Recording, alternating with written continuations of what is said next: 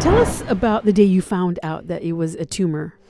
Okay, actually, there's no specific day because I had this continuous headache, migraine, like continuous. So I keep taking the Panadol, the strong one, the active. That's the only medicine that can relieve the pain. So until one day, I cannot take it anymore. Right. So I decided to go to the hospital Right. and see the specialist. Okay, so how many days did you leave it before you finally went to a specialist? Months. What?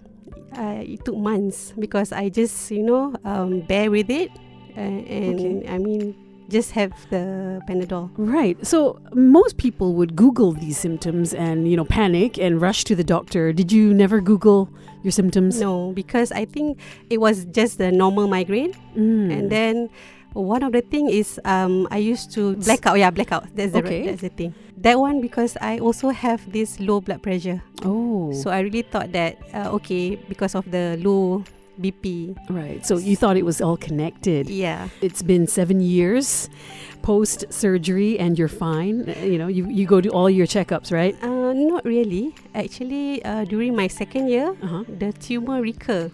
Oh, it came back. It came back, but slightly smaller, like 4 cm times 4 cm. Oh. Considered big also lah. Yeah. And then what happened? I removed it, but I said this time no more open surgery because I don't want my head to be cut again. So they cut my forehead. Okay. Yeah, so you can see this scar here. Yeah. And how do they do that? Is it like a keyhole surgery or? I'm not sure, but the doctor said not many girls would sacrifice their face lah. Yeah. What made you decide that? I just don't know. I just want to get rid of the tumor. Right. And this impacted your eye, didn't it? Your left eye. Yeah. What happened? For my first surgery, I lost my left eyesight because the tumor attached to the eye nerve. Okay. So when they removed the tumor, the eye nerve got affected. How has the experience you've had with the brain tumors coming again and all the other follow-up treatments in the last 7 years? It sounds like a lot. I'm exhausted hearing about it. But how did it affect your life now? Are you always kind of worried that it's going to come back, or do you not think about it? Actually, there's positive and negative impact. Okay, for positive point of view, I think my life now, I'm a stronger person. Whatever challenge or anything that I am facing, I tell myself that I can do this because I did something bigger in the past. So I think I'm a fighter. So whatever may come, I can deal with it. But of course, the negative impact is, like you said, I always worried and I always pray to God that please give me good health throughout my life because I have 2 kids. Right. I have 2 daughters to take care of. And how old are they? They are 2 and 3. Wow, they're still young. How are you feeling now? How are you feeling today? Are you out of the woods? Are you in the clear?